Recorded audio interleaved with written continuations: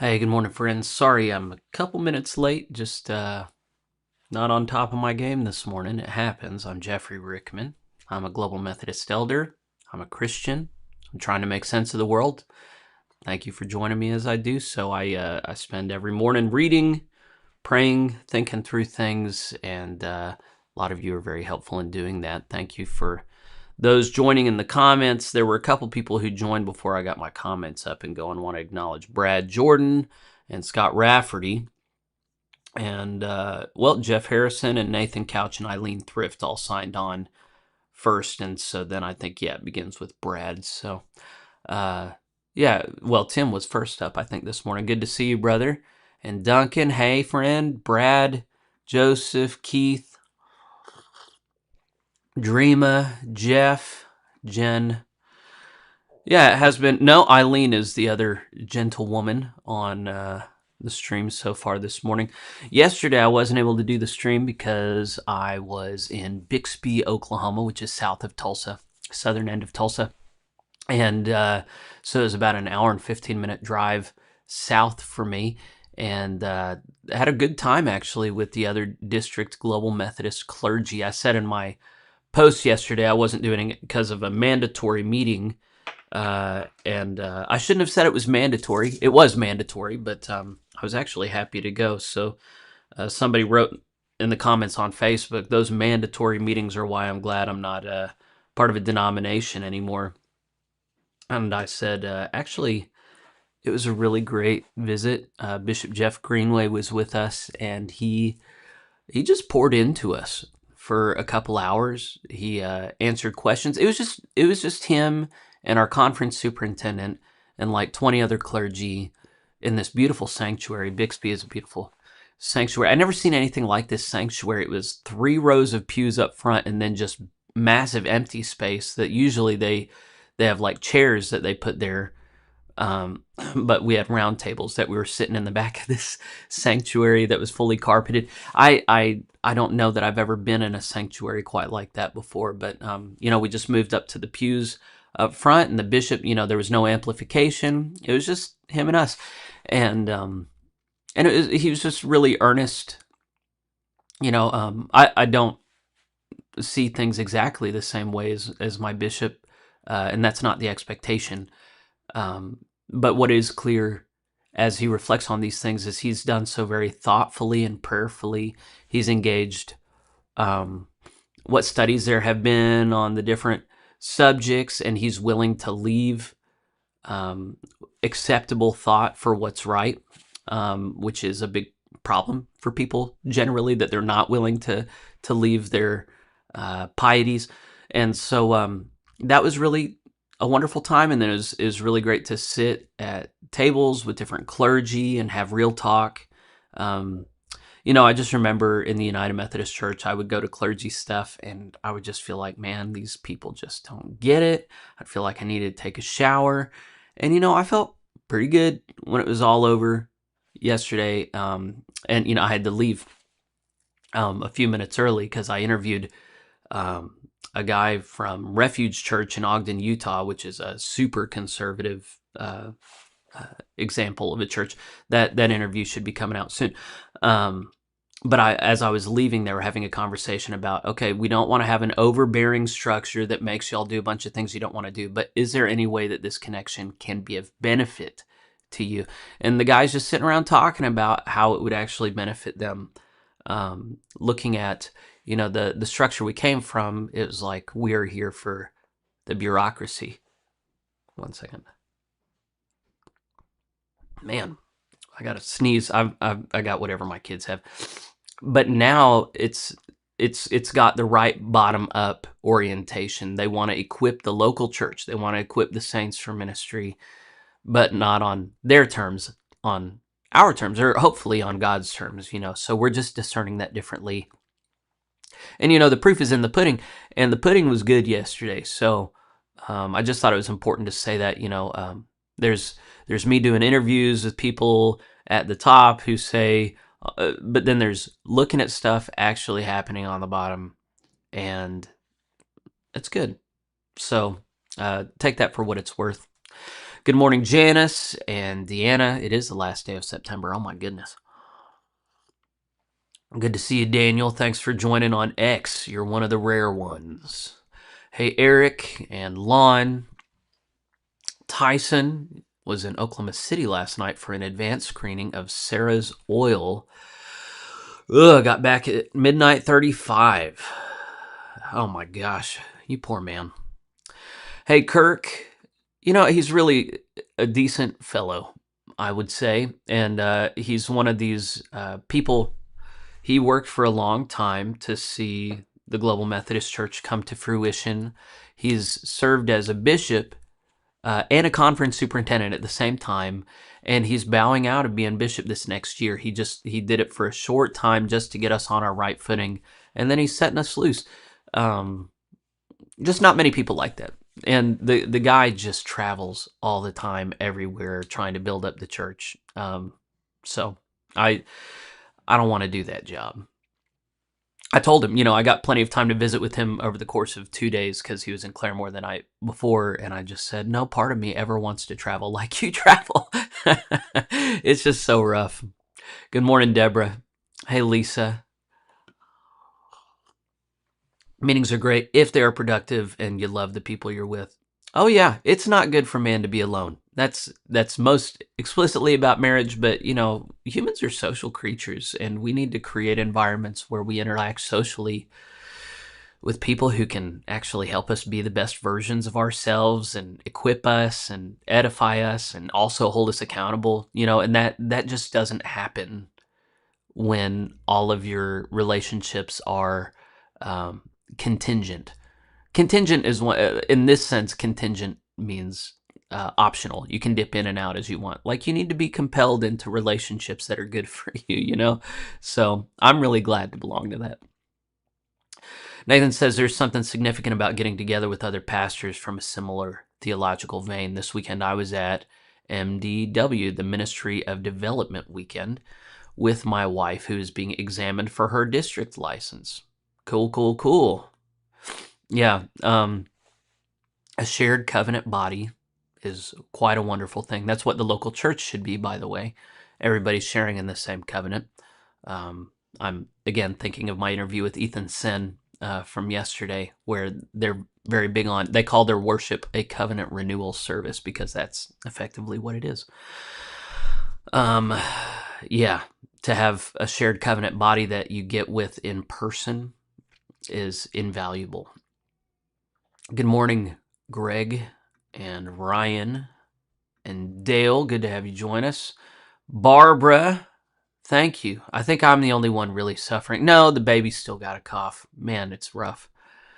Hey, Stacia, Pat, Brian. Thank you. Yeah, when you have 5 kids, it's just a bunch of germ collectors, Let's use that as a segue into the first thing will be RFK's recent release on vaccines. We're not going to watch the whole thing. It's 7 minutes, 15 seconds. I'll give you the intro couple minutes, and then we'll go to the tail end where he takes a reasonable position. But the context here is, the vaccine lobby is huge. They're the only pharmaceutical products that you can never sue the maker for. They're legally protected, and there's of course a lot of propaganda supporting them. I'm not anti-vax. I just and I know this sounds like a cop-out. It's just if the things I've heard said, not just by RFK Jr. but by several people, is that the rigorous testing that we expect for all pharmaceutical products has not been done rightly on vaccines. I think odds are there are some that are great. Odds are there are some that are pointless, and it's possible some are quite harmful. I'm hopeful that we get some clarity on these things soon. In the meantime, it's just really important to know the foundation upon which we're standing. This deals with those who say, look, we're not dealing with any of these diseases that we have vaccines for. It's because of the vaccines that we're not dealing with them anymore. Is that actually the case?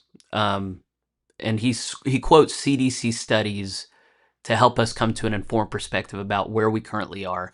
So regardless of where you are, on this. I just think we need to be looking at the same stuff. That's the whole point of this, is just let's look at the same stuff. Then you can see how I reason through stuff, and then you can reason through that stuff in your own way. But this, for better or for worse, is going to be our national conversation. Let's make sure that we're at least considering the same points. Hi, I'm Robert F. Kennedy Jr., your HHS secretary. At my recent Finance Committee hearing, Senator Cantwell showed us this chart to illustrate the decline in infectious disease during the 20th century. The vaccine industry has long used this kind of chart as proof of the common claim that vaccines had saved hundreds of millions of American lives. The momentous 70% decline in mortalities in the United States and Western Europe from contagious diseases since 1900 marks one of the most monumental public health advances in all of human history. Was this really an achievement of mass vaccination programs, as many people, including Senator Cantwell, claim? The most comprehensive evidence-based study that rigorously examines this issue is a CDC-funded study that was published in 2000, performed by a team of researchers from CDC and Johns Hopkins University, and led by Dr. Bernard Geyer. The scientists meticulously examined 100 years of government infectious disease mortality data, and they concluded that nearly all the mortality reductions occurred before the introduction of vaccines, and that That was a key phrase right there. He's going to show some charts to justify that statement, but he says that the huge reductions in deaths from these diseases occurred before vaccines were released. And this is something that Suzanne Humphreys, in her book Dissolving Illusions, also substantiates. But he's saying this is a Johns Hopkins University study, CDC working in conjunction. This is important. Nations could therefore claim little of the credit. For example, you can see from this graph that in 1900, some 13,000 Americans a year were dying of measles. By 1960, however, this number had dropped to a few hundred. But the measles vaccine was not introduced until 3 years later. Therefore, almost all the measles mortality had disappeared before the vaccine. So the measles vaccine can't really claim the credit for saving all those lives. Let's look at pertussis, also known as whooping cough. Again, we see the biggest drop in pertussis deaths occurred before the introduction of the pertussis vaccine. The same is true for influenza.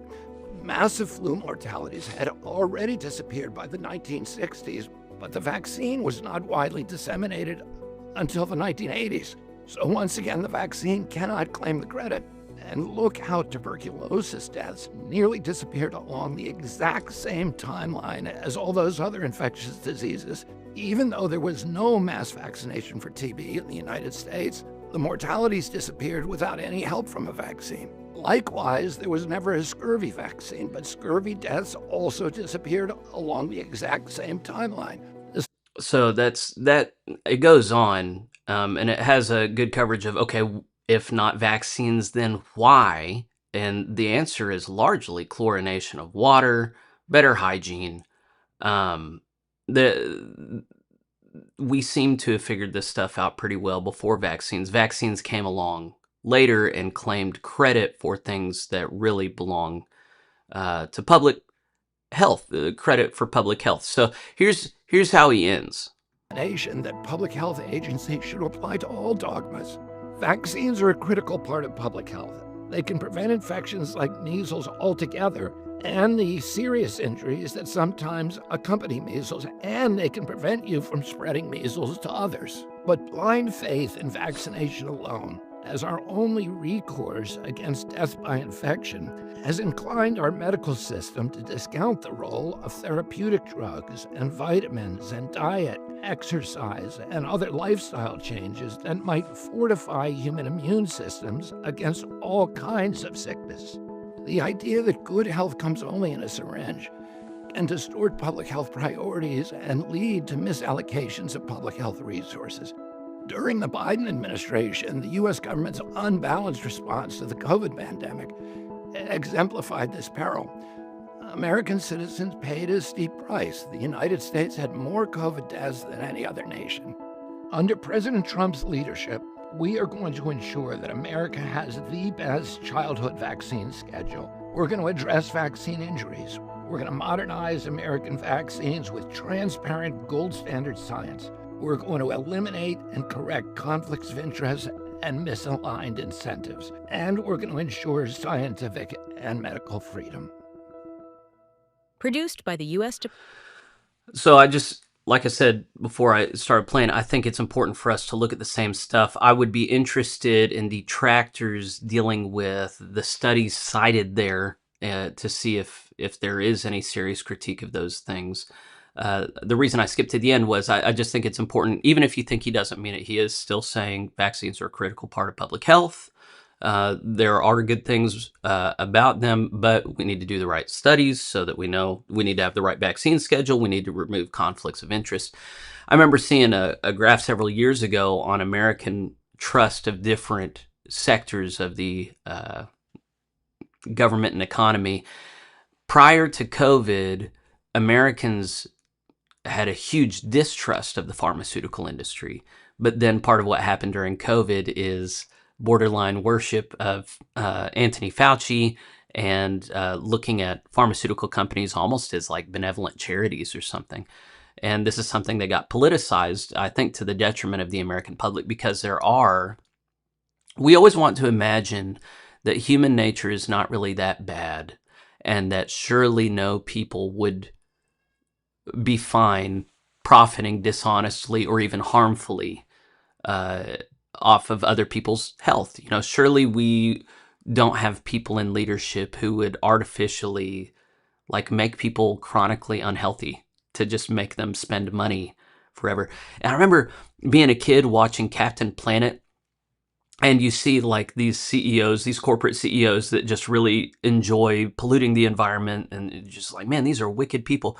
And then, you know, I just remember being like, man, nobody's really that wicked. Nobody just enjoys doing evil.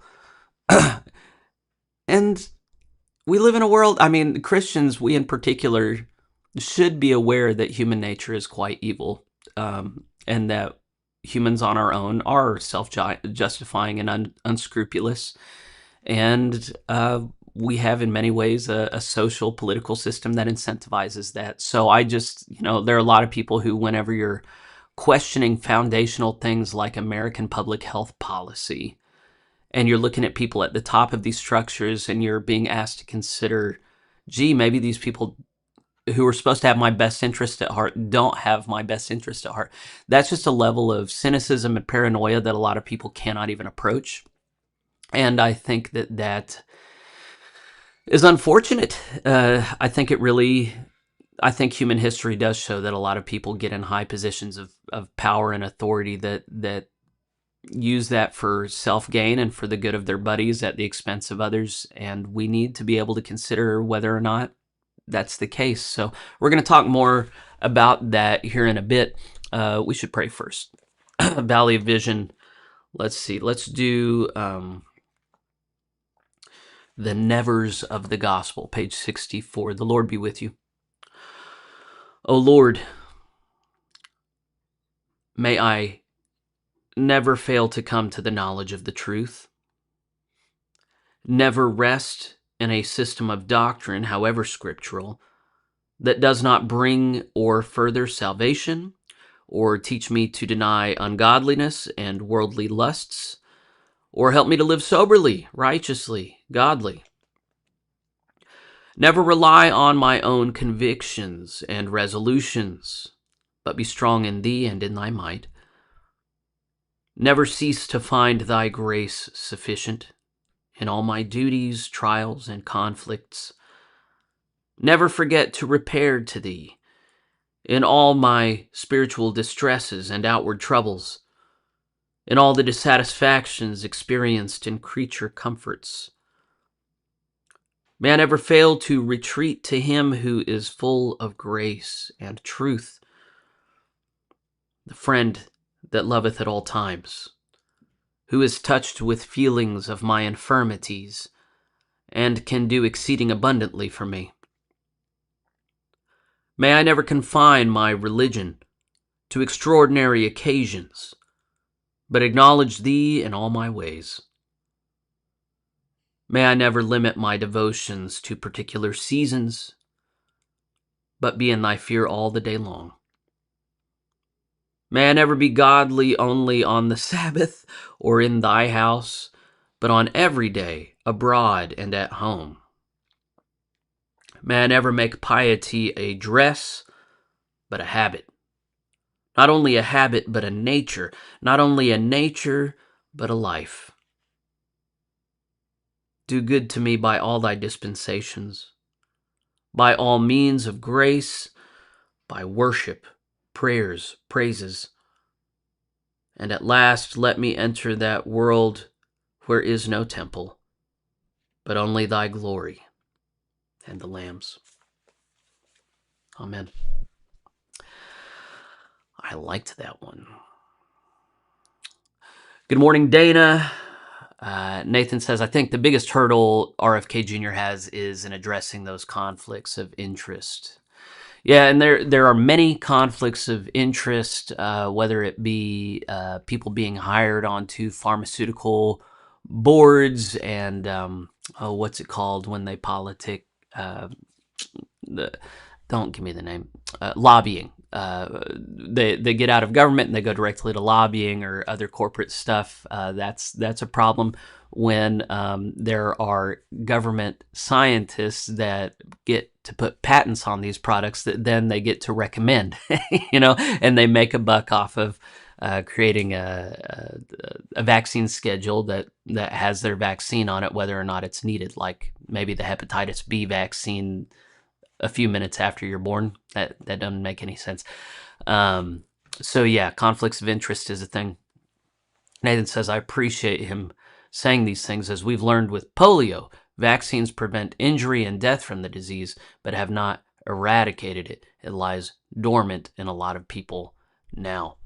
If you haven't read The Moth and the Iron Lung, no, yeah, I think that's what it's called. That was a really good book reconstructing the history of polio in the early 20th century, late 19th century and early 20th century, that very much complicates the picture of the polio vaccine. And it's too in-depth for me to get into right now, but it's just to say, you and I have inherited a series of mythical stories, not necessarily fictitious, but mythical, simplified, where we've come to certain conclusions as a society about here's what's happened, so here's the moral of the story. And some of those, most of those are probably right, but some of them may be wrong, and it is important for us to be able to question that. Hey, next time you come down, could you come? Okay, and don't worry about it if you're busy. I'm in my home basement. People come through here.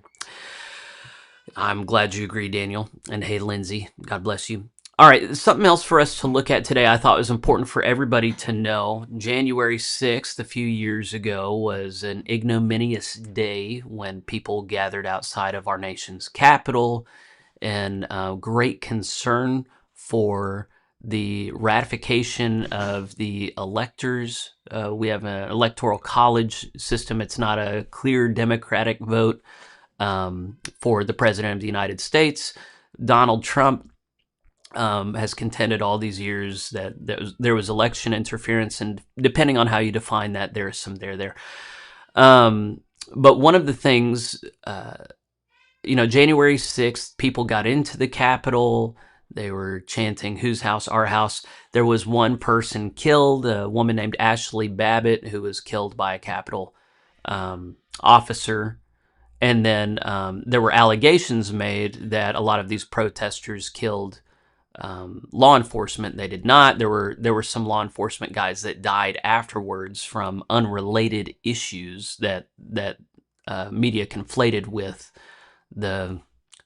There were some genuinely stressful situations, but really the most remarkable thing about it, to my mind, was people did not show up armed, and there wasn't really violence. There was some pushing and pulling, and we're going to see some footage. But in the aftermath of this, hundreds of people were arrested and incarcerated without trial for a long time. Many of them were forced to plea out just to get out. They were kept in inhuman conditions. It was a good thing when President Trump, once he finally stepped in, pardoned these people. Um, you know, I'm the type of person that, on depending on how things arranged, I might have shown up to such an event to show my frustration with how my government is not working for me. And so, I really feel for people who all of a sudden they're right there by the Capitol building, the doors are open, and there are Capitol officers waving you in. We have video of this happening. Sorry about my baby. I could have easily just said, hey, the doors are open. I'm going in. I'm going to walk the halls. I'm going to see my Capitol. I'm going to claim.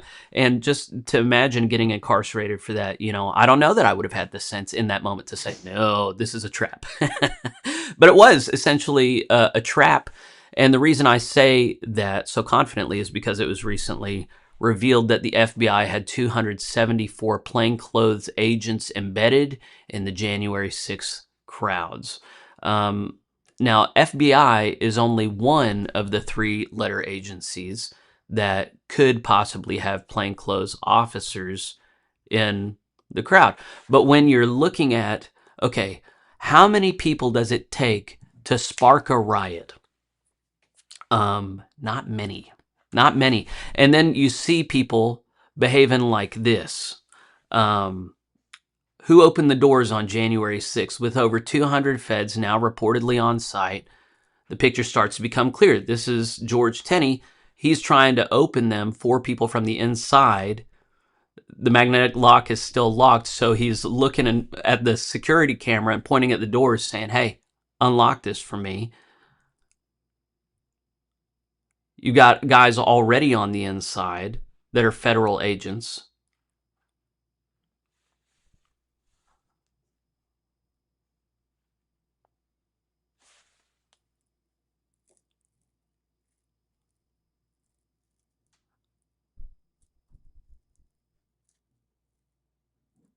So they open the door, and then they meet guys at the door.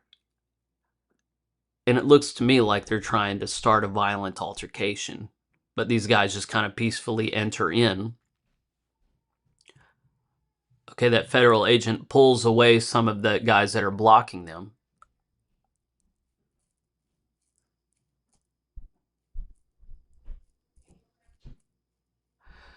So one of the agents is provoking people to get more violent. He's amping them up.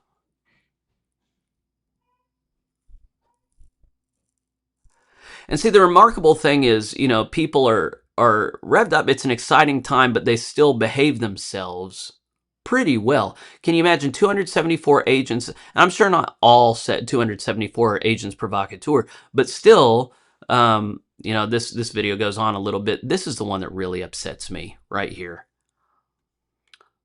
So this guy, we didn't catch it.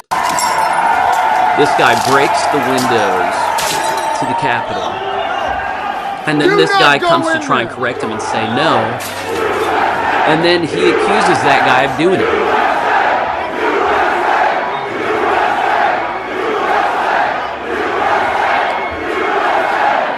A radio journalist from Michigan was shooting video that day.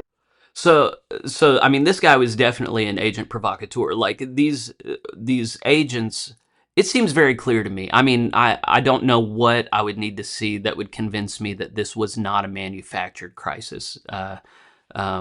Donald Trump offered additional security that day. It was turned down by Nancy Pelosi. They had all these plainclothes guys in there that, I mean, we've identified some of them that we see damaging property, that we see opening doors. I think it was all done. I mean, I don't think it's irresponsible at this point to conclude that there were federal powers that decided it was to their benefit to exacerbate tensions, to facilitate this event in our nation's history. And, for so many people who are calling this an insurrection, it's it's like a false flag operation. It was used as a justification. I mean, the arrests were just circumstantial. It was to create such a stink around Donald Trump, all these supposedly violent things that he is, and remember, he put out a statement not as quickly as a lot of people would have liked, to stand by and stand down, to behave, to not to get violent. Whenever he told people to go over to the Capitol, he was very clear, do not be violent. And yet they want to lay a lot of these things at his feet so that he's just not potentially in the position he's in today. They did everything they could to get rid of him because he is one of these that is willing to. I mean, y'all know, you've heard me talk about our president enough. I wish the man was different in some ways, but he is not a man of the two-party system. The Republicans tried to keep him out. He's a wild card, man. It's hard to say how much he is a friend of the people. There are a number of things like shutting down the Epstein files and saying that there's no there, like standing in the way, not just of that, but there were some clear legislative slam dunks that Republicans should be forcing through. And it seems pretty clear to some people that he's the one gumming that up. I don't know enough about that to talk about it. But at least in this event, you have to explain why it is that the federal government itself, and this is just the FBI with 274 plainclothes officers. We're not even talking about the CIA or any other agents provocateur. Here's why it's important for me to talk about this, I think. Christians have to figure out our right disposition towards our government. And, I was just talking about pharmaceutical companies having the right disposition towards them. But the government is massively influential in our shared life. And do we understand them to be a largely benevolent force or a largely malevolent force? I think we're right to see them as largely malevolent and to act accordingly, not in a provocative way, not in a hateful way, but in a very skeptical way. And so whether you're conservative or liberal, I think that should be the case. But what I'm most concerned about is this very institutional mindset where people are basically good. The institutions that influence such impact on the American population are generally doing these things for our benefit. We don't need to be paranoid or anxious about any of this stuff. We can trust them. And like one of the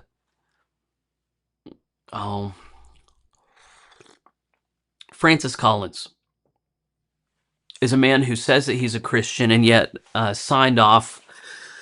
He used to be the head of NIAID, right? Or was it the National Institutes of Health? I always get these things confused. But he and Anthony Fauci worked hand in hand together on U.S. public health policy around COVID, which now RFK Jr. and many others are saying was way wrong. I would say that. Even though I'm not a public health expert, I trust the guys who are experts on the other side of this one. Even if they were right, Collins was approving all kinds of scientific experiments that deface the image of God in people, are inhumane, that are based on needing aborted babies and genetic modification and experimentation. The man is highly unethical and unscrupulous. I would question whether or not he's even a Christian. I think it's just one of those things you say and then people believe you. But whenever Willow Creek guy and Ed Stetzer and all of these other guys came on board and gave Francis Collins a platform and then just took whatever he said as the gospel truth and shut down all of these churches and shamed people who didn't get vaccinated, I think that was really to our detriment. I think that was one of the ways in which religious leadership really failed.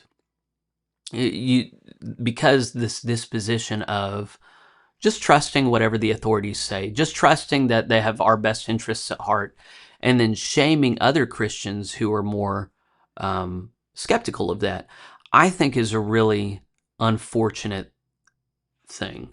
The disposition of these institutions and these leaders has largely been punching right, whispering left. That's a line that I stole from Sid of the Wesleyan Way. What's his last name? Thomas? Man, good guy. I'm forgetting his last name. But Christianity Today is one of these outfits that has very much associated itself with the institutional voice. They most recently had an unfortunate way of reporting on Charlie Kirk that was pretty indicative that they were sympathetic to leftist voices that really took issue with Charlie Kirk. Megan Basham, always vigilant, always dead on, made a post. A Christian publishing company, Canon Press, this is Douglas Wilson's publishing agency, by the way, is offering to buy Christianity Today. I've heard many Christians lament that Christianity Today magazine has been captured by worldly ideology and wish someone would restore it to Billy Graham's intended purpose. Apparently, Graham was behind the foundation of Christianity Today. It looks like Canon Press is trying to do exactly that. I obtained records this morning showing that Canon put in a $10 million offer this morning to buy the magazine. In its offer letter, Canon specifically cites Charlie Kirk's spirit of evangelism as their motivation. And so she's going to be monitoring this. This is the official offer to buy here. We know that the publishing business in America and the world is changing rapidly and fundamentally. At Canon Press, we have a publishing and streaming platform built to thrive in this new environment where Christians come under fire for expressing the most basic truths. Charlie Kirk carried the torch of Christianity Today's founder, Billy Graham, as a global evangelist. And it is in his legacy that we see the future of Christianity Today. We appreciate Christianity Today and are confident that we can grow it to reach a larger audience and increase its impact, all while preserving that legacy. This is an insult to Christianity Today and a slap in the face. There's a Kyle Mann of the Babylon Bee. Dude, that's funny. So Megan and others are looking at, is Christianity Today even worth $10 million?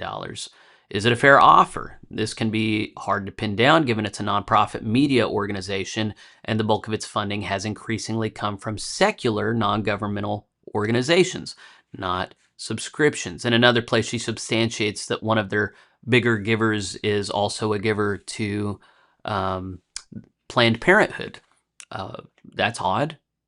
For example, according to IRS filings in 2020, only about 20% of Christianity Today's revenues came from grants. Today, it's more than half. In 2023, their net assets were about $9.9 million, given that it is a tarnished brand among much of its core audience, so much it has gained the popular nickname of Christianity Astray, and its editorial reputation has taken a nosedive in recent years. $10 million doesn't seem like a bad offer. Joel Berry of the Babylon Bee says a quick search looks like they get about as many visitors in a month as the Babylon Bee gets in a day or two. That's pretty indicative, isn't it? So one of the things that Meg Basham has been really good at substantiating is you have a lot of not just denominations, but evangelical organizations, seminaries, Christian higher education. These institutions all entrusted to carry the banner of Christ and maintain the faith.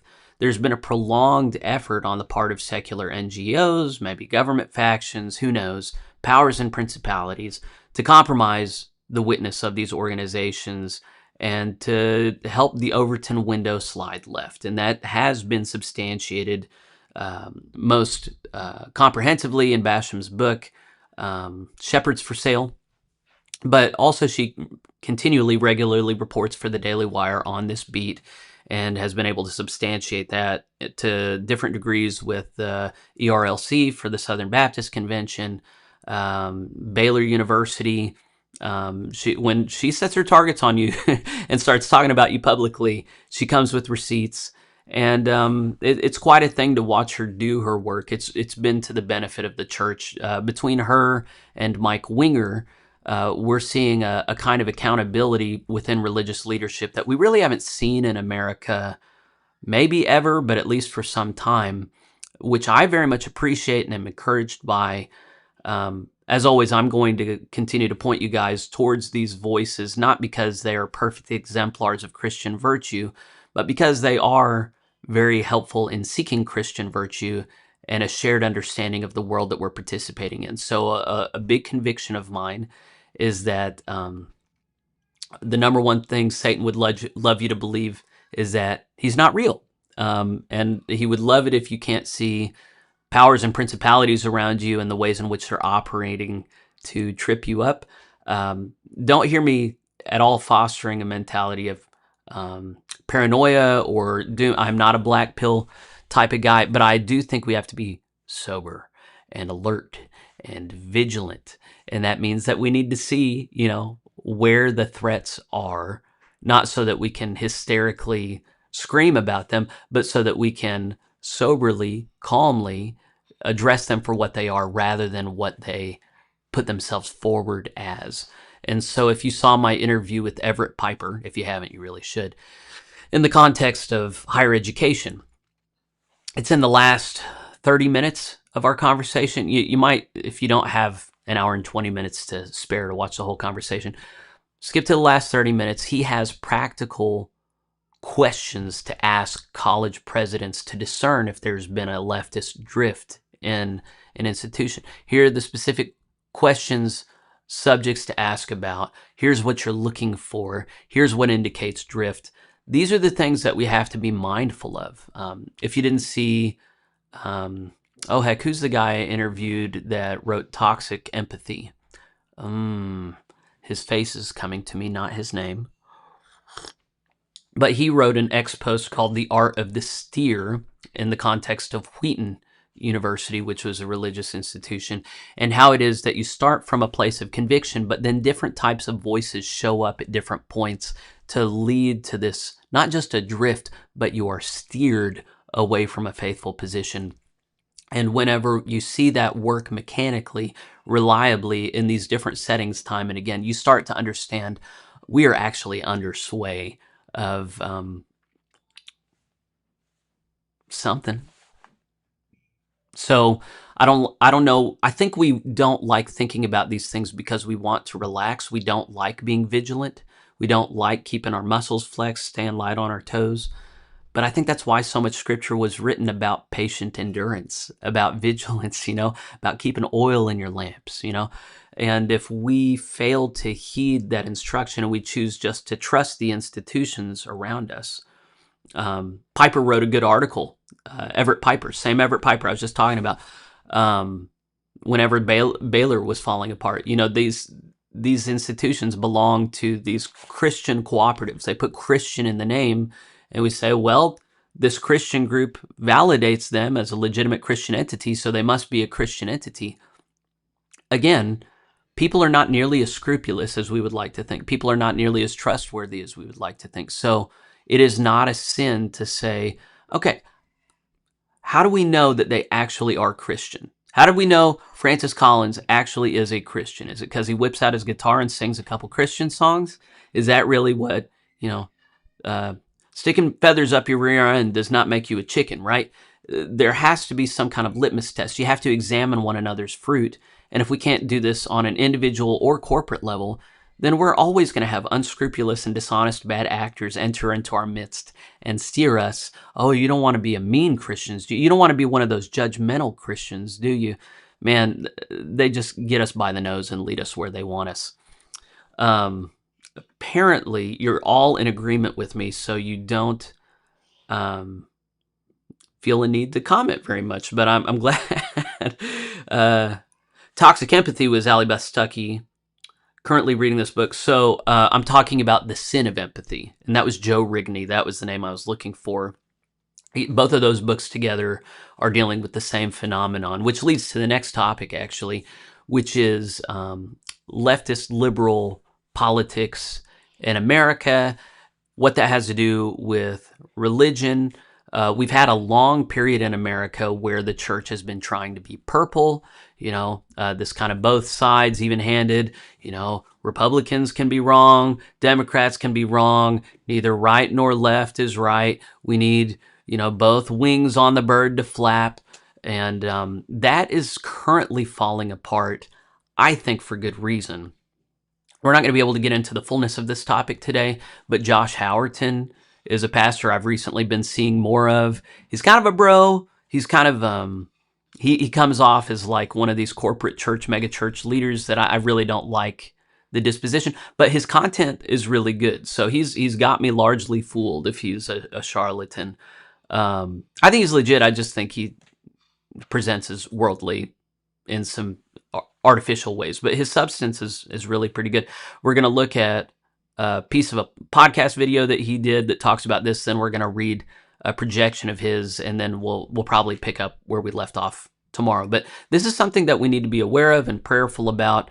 This is not me. I've been warning for a while that it's going this direction. I think most anybody who's looking at the big picture knows the writing's on the wall. But Christianity today, many institutional voices are trying to talk out of both sides of their mouth, and in the current culture war situation, not pick sides. But I think picking sides really is required. Mike Winger is going this way. He just put out an 1.5-hour video about how the Charlie Kirk event is changing him. I haven't been through the whole thing, but one of the things that he is saying, and many others are saying, is for a long time the church has been trying not to be political. But this is the thing right in front of us right now, and we need to pass this test. Just because someone stamps the word politics on something does not mean that it's hands off for us. Anyway, I'm talking enough. Here's Josh Howerton, the new explosive reality that needs to detonate in the heart of every pastor in America. Literally any pastor in America knows what I'm about to say is true. They just have not grappled with the reality and the implications of what I'm about to say. If you want the advancement of the gospel and the growth of the church to get significantly smothered in your state or your city, here's all you got to do. Let it go blue. That's simply what data shows. I'll say it like this. Show me a map of the most progressive areas in our nation. Then show me a map of the areas in our nation that have the fewest churches. It's the same map. So my point is that the advancement of generally and correctly defined political conservatism, it is a significant and powerful force for pre-evangelism because it installs a plausibility structure in the populace that leads to intuitively understanding Christianity is true, right, and good. So I would say in order to accomplish the Great Commission, we need to advocate for it at the political level. And I know this sounds like super weird and even cringe for like my seeker-sensitive megachurch pastor world. That's the world I came from, and I have a lot of affinity for that world. But actual data is showing us this, that when political conservatism spreads, more people become Christians. And when political progressivism spreads, less people become Christians. He's about to give some theology that I've heard from the abolitionists. Remember, these are the guys that are carrying the banner for the unborn and saying that we need to have laws that instruct people in righteousness. That's going to be laid out theologically here, and I just wanted to make sure that you prick your ears up for that. It's repugnant to many who've been raised in my tradition to imagine using civil law as an instructor in righteousness. But consider Howerton's words for a minute. There's a reason for this. The New Testament talks about laws. The book of Galatians talks about laws. It talks about the law as a teacher. What people do not understand is that laws in a nation, they have what Christians have historically called a didactic function. Laws do not simply legislate right and wrong. They teach the populace what's right and wrong. Laws calibrate the consciences of a nation. If you start swimming in the streams of truth and liberty, you're eventually going to find its source. Conservatism in general calibrates the conscience in such a way that it pushes people toward the God from whom the principles came. Progressivism, whether you like it or not, this is just a fact. Progressivism is built generally upon a secular Marxist view of human nature, economics, governance. So what progressivism does, particularly secular progressivism, is it calibrates the consciences of people away from what is true, right, and good, and it teaches people to call evil things good and good things evil. And you can do that with abortion, with gay marriage, with trans stuff, with redistribution of wealth, all the things, literally all the things. I'm sympathetic to this worldview in large part. I'm anxious about the extremes of trying to legislate every single thing, and just make everything a law. But that kind of hyperbolic state of mind where you look at worst case scenarios is not always helpful. I recently went back and forth with another global Methodist elder who was saying Christian nationalism is not the way to go, and Christians, we can vote our ethics or morals in some sense, but we should never try and ensconce them in law and compel non-Christians to live in a Christian way. And while that's a valid opinion, I think that we've been doing that experiment across the 20th century in the West, and it's largely been a failure. It's failed to protect women and children from the worst depredations of grotesque men. And it's actually debased our women and children as men have neglected to take good, solid, godly leadership in our nation and across the West. I think it's resulted in the innocent being harmed and the righteous being pushed to the periphery. Or to be frank, I think we have fewer saints in the West numerically and proportionally than we've had for centuries.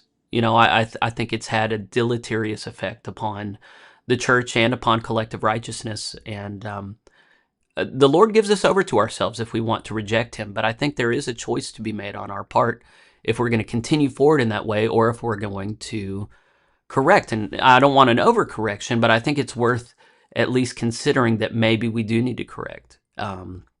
Maybe we don't need to be as tolerant of those ideologies that tear our country apart. And what Howerton points out is when you look at the most ungodly parts of our nation, they also happen to be the deepest blue, the most progressive, not just Democrat, but progressive extreme. Now, the pushback immediately from a lot of people will be, oh, we have some wonderful Democrats in our church. This is speaking generally. So, yes, and there's such a thing as blue dog Democrats, that are still conservative. I don't know why they still belong. They think they still belong in the Democrat Party. But there are wonderful salt of the earth people who call themselves Democrat and are still conservative in some ways and very much value godliness and biblical ethics. And so this is not to say all individual people. This is to say collectively, this is what happens. The Democratic Party is largely, as I understand it, made up of cultural elites, highly educated people, and then a lot of people in generational poverty and on welfare who have benefited from the system. Not a lot of hard working class people, not a lot of like hard working, salt of the earth working class people. There are some, but those have generally gone in the Trump populist direction with the Republicans. And it remains to be seen how this is all going to work out. Howerton did have a prediction. This is going to be the last thing we look at today. Right or wrong, here's what I think is going to happen to churches in the next few years. This is 5 different things. The first thing is conservative progressive divide will unfortunately get farther and farther apart in the coming years. Conservatism becomes more overtly Christian. Progressivism becomes more openly anti-Christian / secular. The second thing is that cultural flashpoints will continue to arise like COVID, presidential elections, BLM riots, the Kirk assassination. And that's the nature of things. 3, churches that try really hard to be a church where committed progressives can worship without being uncomfortable will lose a large chunk of the solid conservative Christians every time there's a flashpoint. I'm not calling for that. I'm predicting that. I would call for that. I think that's, there are a lot of people who are just fed up with the both sidesism, we're all equally bad. There's a sense ultimately where, yes, we're all equally fallen, we're all equally bad, but we have to be able to navigate practically in a world what is better than what things are better than others, and whenever we lack the willingness to do that morally, then I think we become culpable in whatever fallout there is. There has to be a weighing of priorities, a responsible weighing of priorities from those who know the Lord. 4, churches that are more openly clear about the cultural implications of Christianity, that very obviously align significantly more with modern conservatism than progressivism, will gain those folks who have left the churches with pastors that speak out of both sides of their mouth. And then 5, for lack of a better phrase, the rich will get richer and the poor will get poorer, because over time, you can't really build a church with people committed to modern progressivism. And that's something that, I've seen this on the local church level. We've seen people, whenever I say things that push back against Trumpist, MAGA, populism, rampant capitalism, whenever I I preach out of the, the Sermon on the Mount, and I say what it says. My right-leaning folks do not leave. They don't even take offense. They know it's there. They know that being a Christian is not about being a Republican. Every now and again I ruffle feathers, but people understand on the right that the church is here to ruffle feathers. I've lost pretty much almost everyone that leans left. There's a couple old school Democrats that are holding on, and I'm sure I irritate them every now and again. I love these people, but for the vast majority of even like conservative Democrats, they know how everything is politically coded, and if I don't toe the line on this stuff, and I don't toe the line on this stuff, then they're gone.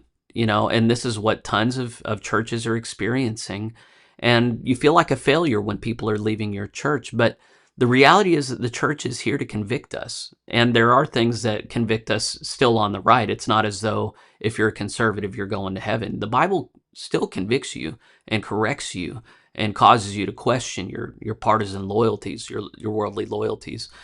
But the job of the church is not to walk some kind of middle road between all the worldly parties. That's not, we're not engaged in some kind of like Hegelian dialectic where all points are equally valid and you work out a synthesis between them. I know most of you don't know what I'm talking about there, but we're seeking truth, and some worldly ideologies approximate godly truth more than others. And noticing that is not deifying or worshiping a worldly ideology. It's simply using godly discernment to navigate a world where we live and are trying to live righteously amidst all this corruption. And we're not called to run off to the woods and be separate from everybody. We have to prayerfully participate in the world, and that means knowing who to come alongside of and support, and who it is that we really can't walk hand in hand with.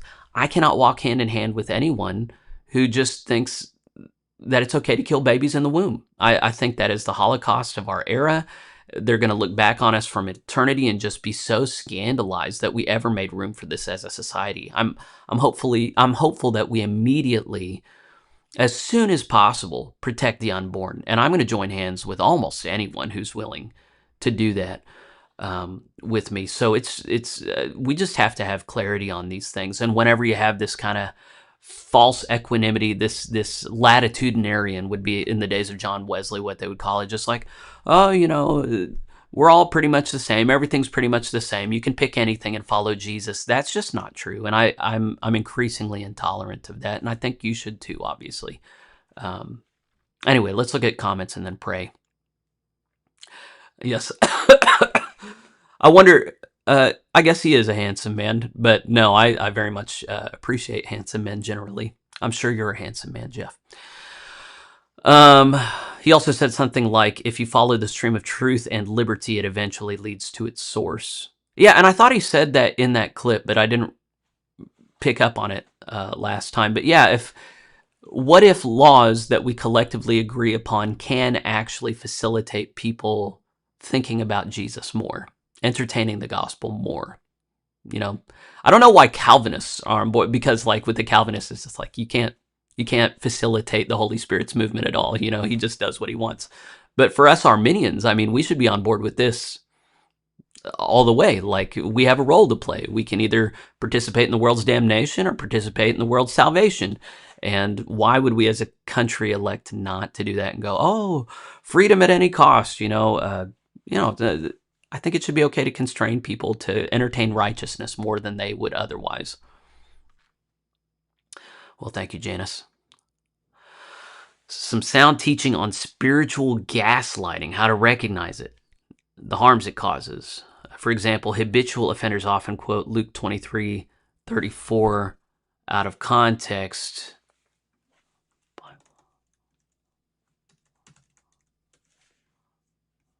That is, Father, forgive them, they do not know what they're doing.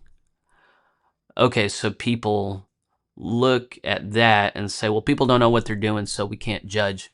Yeah, I mean, it's obvious, like, yeah, I got a whole sermon on that. The long and short of it is, if any of us knew what we were doing, none of us would sin. The only reason we sin is because we don't understand the nature of it. We don't see the gravity of it. So in the end, we're not judged by God only based on what we understand. That's not how God judges. He judges based on what we do, whether or not we understand the implications of it. And we're either going to shrug and be ambivalent about the damnation of others who are just doing what is right in their own eyes and participating in their own damnation, or we're going to try and wake them up and save them, which is, I think, the life that Christ obviously calls us to in the scriptures.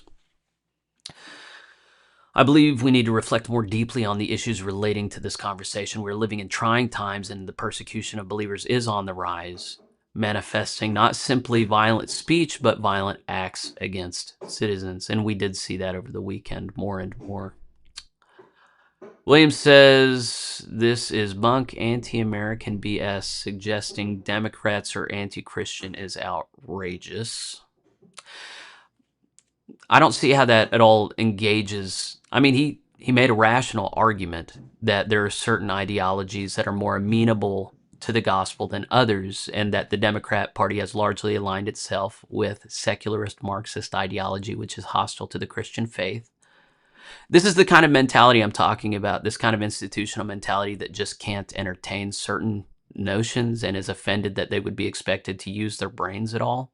So if you have an actual intelligent engagement with the topic, you're welcome to comment again. But if this is your immediate response, you're one of the people that I think is the problem. So it's possible that I'm wrong in how I'm breaking things down, but this sort of comment isn't even going to do anything there. So if you're as intelligent as you seem to think you are, write something intelligent.